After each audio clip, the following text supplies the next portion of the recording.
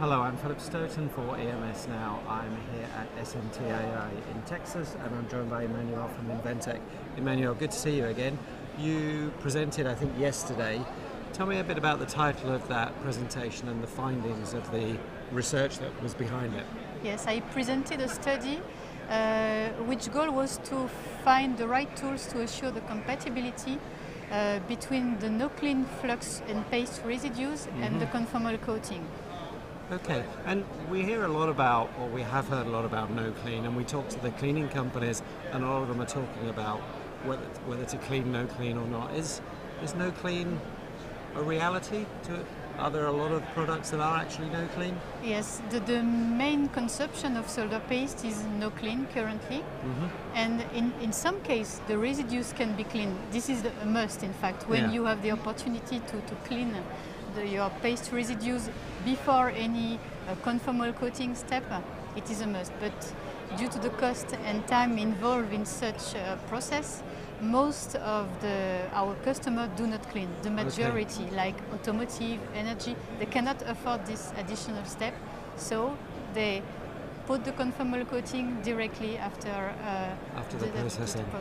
Okay, and what are the tests that are used to ensure the compatibility of conformal coating with no clean? So the main tests are the SIR and electrochemical migration, the IPC standards, and we have developed since many years another test which name is the Bono corrosion test.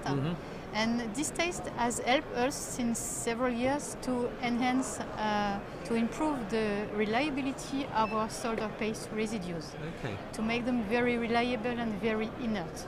Okay, and the reason you developed your own test is, one, because I guess you felt the IPC one wasn't sufficient in terms of the demands that you had to make. Was that as a response to customer demand? Yes, it was. Some customers use already this Bono test since many years, so we have implemented it, and we found this test was found to be very sensitive to the corrosion of the residue that may come during aging. So it is much more, sensitive than the SIR. And reliable. Reliable. Okay, and it's all well and good you having a test that you do for your product and yours passes that product. Is it a test that you can then push out through the industry and other suppliers will use as well, so you can actually compare like for like? Yes, this test is now used by other players, and the main interest is that it also helps us to assess the compatibility between the conformal coating and the solder paste residue, so our solder paste and the conformal coatings that you can find on the market. Okay, and do Inventec not produce a conformal coating? Because I know you do have a lot of one-stop. Our core business is solder paste and solder flux, but we also have the distribution of conformal coating manufacturer in some countries, but we work usually with all the players in conformal coating to assess this compatibility. Okay, and make sure those standards are met. Thanks to this tool, which is the Bono test, we found very interesting findings. You know, the new generation of conformal coating is not solvent-based, is not the acrylic one, because for acrylics you can for sure replace the harmful solvent by less harmful, but at the end you still have some solvents. And due to the new regulation, to the VOC emissions, to REACH regulation, we tend to go more to some conformal coating system without solvents. And in this case, there is a big place for the UV cure and moisture conformal coating.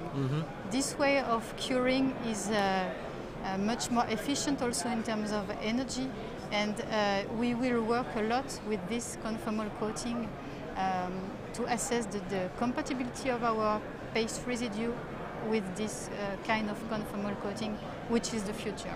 Okay, and in terms of the use of conformal coating, with more and more miniaturization, are we seeing more conformal coating being used with consumer products? Yes, you're right. This is really the trend of today. because of in energy you need more and more conformal coating. You have more electronics in automotive, so all these markets have a growth of conformal coating need. Yeah. It's very key. Yeah, and also in those environments a high reliability challenge. So you better be sure the conformal coating you put on at the beginning is compatible with what's underneath it. Yes. Okay, Emmanuelle, thank you for stopping by. Thanks for your time.